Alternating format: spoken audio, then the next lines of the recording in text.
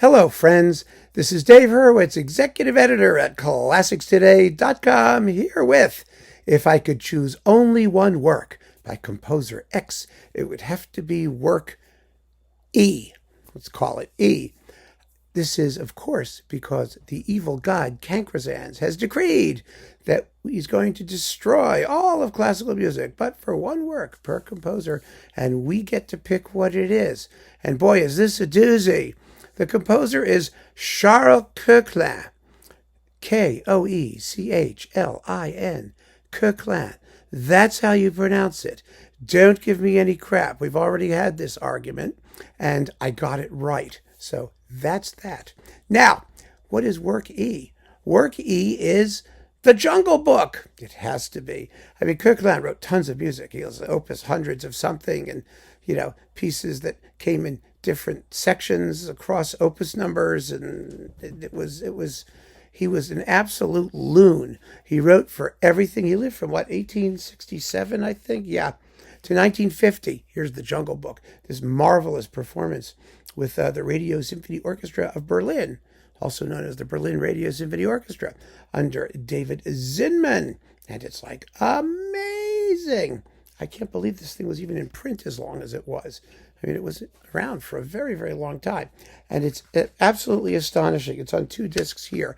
You can get most of it sometimes on 1 disc on Marco Polo, and there's another Jungle Book. There's like 3 recordings of it, plus bits in various places, like on Hensler as part of that KOECHLIN edition. They should have done the Jungle Book separately, because it consists of a pile of stuff, all relating to the Jungle Book. There are 4 symphonic poems, and then 3 songs. His Opus 18, 3 songs. One of the most gorgeous collections of songs you've ever heard in your life. His vocal music is just ravishing.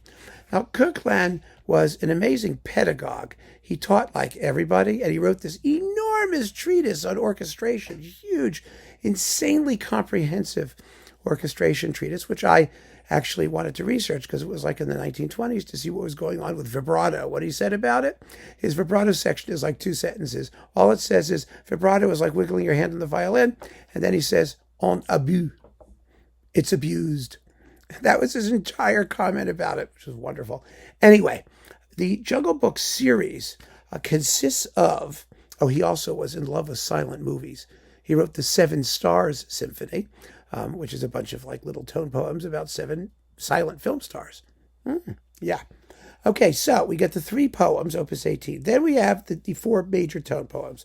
One is The Spring Running, or La Course de Printemps, which is a half hour of just orchestral phantasmagoria. And then the Meditation of Purun Bhagat, and The Law of the Jungle, La Loi de la Jungle, which is really quite primal and very Messiaen-like. He was a real progenitor of that kind of, style of sort of inhuman, rhythmic, strange, modal. He had his own harmonic systems and things. I mean, just an incredible guy. And then finally, the one thing that was kind of famous, Les Bandar-Log, which is a tribe of monkeys who invent music in all kinds of ways, in a parodistic way. You've got fake Debussy people and fake Schoenberg people, and he did 12-tone. He did everything. It's a big, giant mishmash, united by the fact that he was kind of a space cadet. I mean, his music is very, very, even when it's moving and it's loud, it's still kind of static. It's really kind of amazing. There is, at his music's core, a stillness about it that never quite goes away. Even when he's writing fugues and crazy contrapuntal stuff, he really was a remarkable being and someone who sounds like no one else. And I have to say, if you like the Jungle Book, you are going to want to dig into his other stuff, however strange it may be. And I cannot believe that the evil god Cancrozans would want to eliminate all of this other stuff, which doesn't really get played very often because it's quite impractical. I mean, these are big works for huge orchestra. And then he wrote tons and tons of chamber music and other stuff that's also very beautiful. He wrote the most wonderful music for bassoon and orchestra ever. I mean, go figure. There's just no way to categorize this guy. He was a marvel. And I think the Jungle Book is one of the great 20th century works or collections of works. It doesn't don't care. We're lumping it all together for our purposes. And you really ought to hear it. One way or another, you ought to give it a shot because you will be astonished. You really will. It's amazing stuff. So keep on listening, friends. Thanks for joining me. Take care.